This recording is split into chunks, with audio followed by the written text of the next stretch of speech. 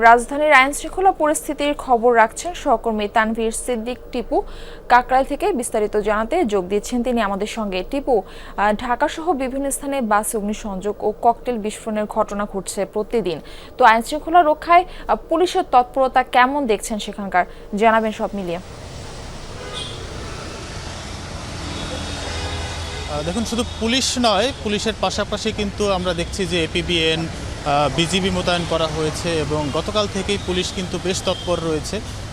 যারা ককটেল বিস্ফোরণ এবং নাশকতা সেই ধরনের কর্মকাণ্ডের সাথে জড়িত। আমি একটু যদি দেখানোর চেষ্টা করি, আমরা এই মুহূর্তে প্রধান বিচারপতির বাসভবনের সামনে রয়েছি এবং এখানে কিন্তু বেশ বিপুল পরিমাণেই বলা যায় আইনশৃঙ্খলা রক্ষাকারী বাহিনীরা সদস্যরা এখানে অবস্থান করছেন। বিজিবির সদস্যরা এখানে অবস্থান করছেন, এপিবিএন, পুলিশ, এই বাহিনীগুলো। এবং আমরা কিছুক্ষণ আগে প্রধান উপদেষ্টার বাসার সামনে ছিলাম, সেখানেও আমরা যথেষ্ট নিরাপত্তা দেখেছি। সেখানেও আমরা সেনাবাহিনী দেখেছি, র্যাব ছিল এবং তার যে নিয়মিত এসএসএফের যারা কর্মীরা তারা সেখানে ছিলেন। এবং শহর জুড়েই কিন্তু আসলে গতকাল রাত থেকে বিভিন্ন জায়গায় চেকপোস্ট বসিয়ে তল্লাশি করা হয়েছে এবং আজ সকালেও কয়েকটি মোড়ে দেখা গেছে পুলিশের কিছু সদস্য তারা বিভিন্ন মোড়ে অবস্থান নিয়ে যদি কাউকে সন্দেহভাজন মনে হয় তাকে তল্লাশি করছেন বা জিজ্ঞাসাবাদ করছেন।